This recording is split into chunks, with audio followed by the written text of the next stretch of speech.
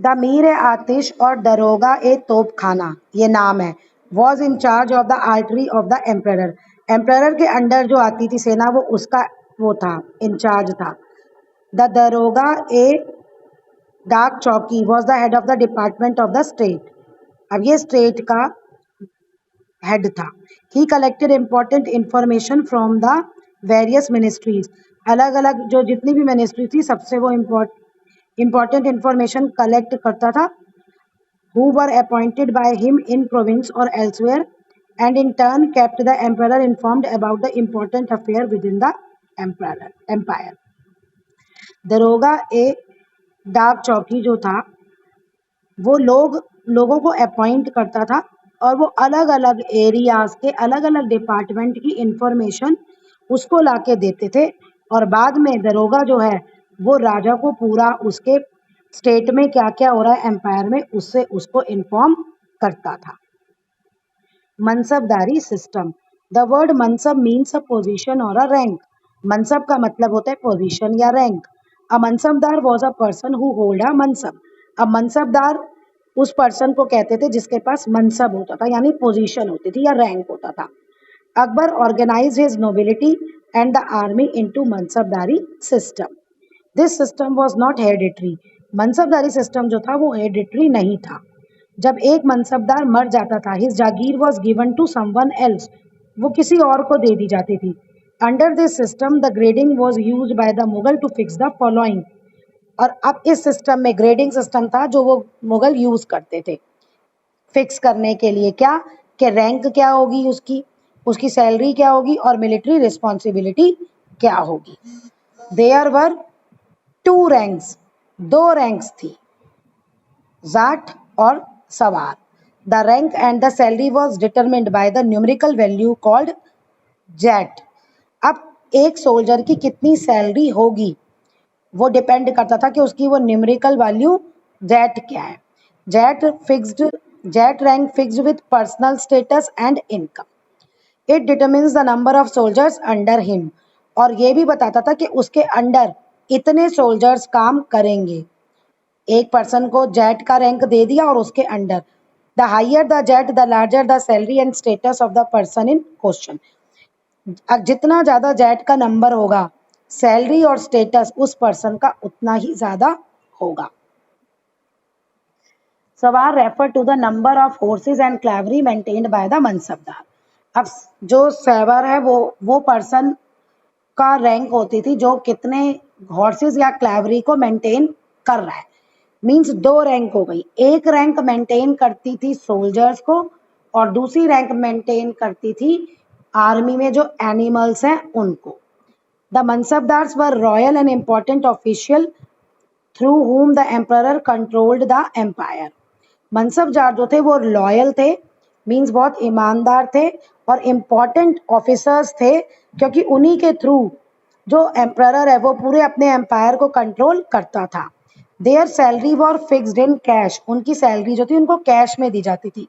However they were given जागीर्स for maintaining the expense.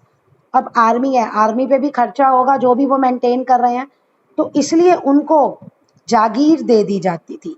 और revenue जो होता जागीर का यानी टैक्स और land estate become the income of मनसबदार, वो मनसबदार की इनकम होती थी। और मनसबदार इन पैसे को यूज करता था टू पे his soldiers and maintain his house hold. Mansabdar was personally chosen by the emperor and could be promoted, demoted और transferred। मनसबदार को राजा ही चुनता था।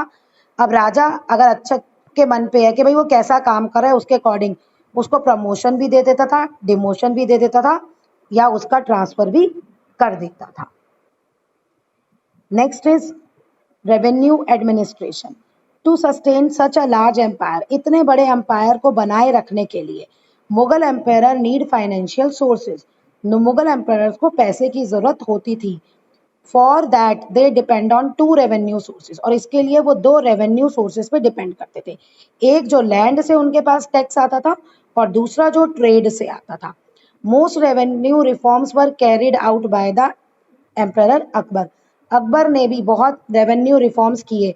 रेवेन्यू रिफॉर्म्स मतलब लोगों को रेवेन्यू देने में आसानी हो, वो खुशी से रेवेन्यू दे, ऐसे चेंजेस अकबर ने किए। Mal's Bandobast. Under this system, land was measured and according to the fertility of the land, it was categorized as good, average or bad and revenue was fixed accordingly. अब माल बंदोबस्त system क्या था, land को major किया गया, कितनी land है और उसकी फर्टिलिटी क्या है, फर्टिलिटी अच्छी है तो गुड, एवरेज और बैड, ऐसे, क्योंकि जितनी फर्टिलिटी अच्छी होगी उतना ही वहां पे क्रॉप प्रोडक्शन अच्छा होगा। तो उसी के अकॉर्डिंग कि एक पर्सन के पास कितनी लैंड है और उसकी फर्टिलिटी क्या है, रेवेन्यू फिक्स किया जाता था। Todarmal organized it in such a way that during every season surveyors visited the village. These surveyors measured the land. Todarmal ने इसे इस तरह से ऑर्गेनाइज किया था कि हर सीजन सर्वेयर्स जो थे वो जाते थे गांव, लैंड को मेजर करते थे। Earlier ropes were use as tool for measurement. शुरू में तो रोप्स, रस्सियां यूज की गई। Todarmal realize the ropes shrank when dry and lengthened when wet. Todarmal को ये पता था कि रोप्स जब सूखी होती हैं तो शिंक हो जाती हैं और जब गीली होती हैं तो बढ़ जाती हैं, स्ट्रेचेबिलिटी बढ़ जाती है। तो इसलिए उसने बैम्बू रीड रोप्स को इंट्रोड्यूस किया। These reeds were joined together with iron rings. Reads को उसने ज्वाइन किया आयरन रिंग से और इससे एक्यूरेसी आई, मतलब उसका जो मेजरमेंट था वो बिल्कुल सही हुआ, लैंड का मेजरमेंट बिल्कुल सही हुआ। अब है दहाशाला, दहा means 10। System was another system of land revenue introduced in 1580। एक और नया सिस्टम जिसे दहाशाला कहा जाता है वो इंट्रोड्यूस हुआ। According to this system, the peasants were told to pay tax that was fixed on the basis of average produce and average price over the last 10 years. अब इसमें क्या था, लोगों को टैक्स देना पड़ता था जो उनकी एवरेज प्रोड्यूस और एवरेज प्राइस, मतलब कितना उनका प्रोडक्शन हुआ और उनका वो जो प्रोडक्शन हुआ वो किस रेट पे बिका, ये लास्ट 10 ईयर्स का डेटा लेके उसकी एवरेज कैलकुलेट की गई और फिर जो भी ये अमाउंट आया इसका 1/3 रूलर को यानी राजा को उन्होंने टैक्स के रूप में देना था लोगों ने। ये दूसरा रेवेन्यू सिस्टम था। At the time of harvest the village headman known as the मुक्कादाम collected the revenue system in cash और in kind and gave a receipt. अब हार्वेस्ट में जो हेडमैन था विलेज का वो लैंड रेवेन्यू या तो कैश में या कोई दूसरा जो भी तरीका होगा कलेक्ट करता था और एक रिसिप्ट दे देता था, receipt. After that he paid the whole amount to the state treasury, और बाकी फिर वो उसके बाद वो जो सारा टैक्स कलेक्ट हुआ वो राजा के खजाने में जमा करवा देता था।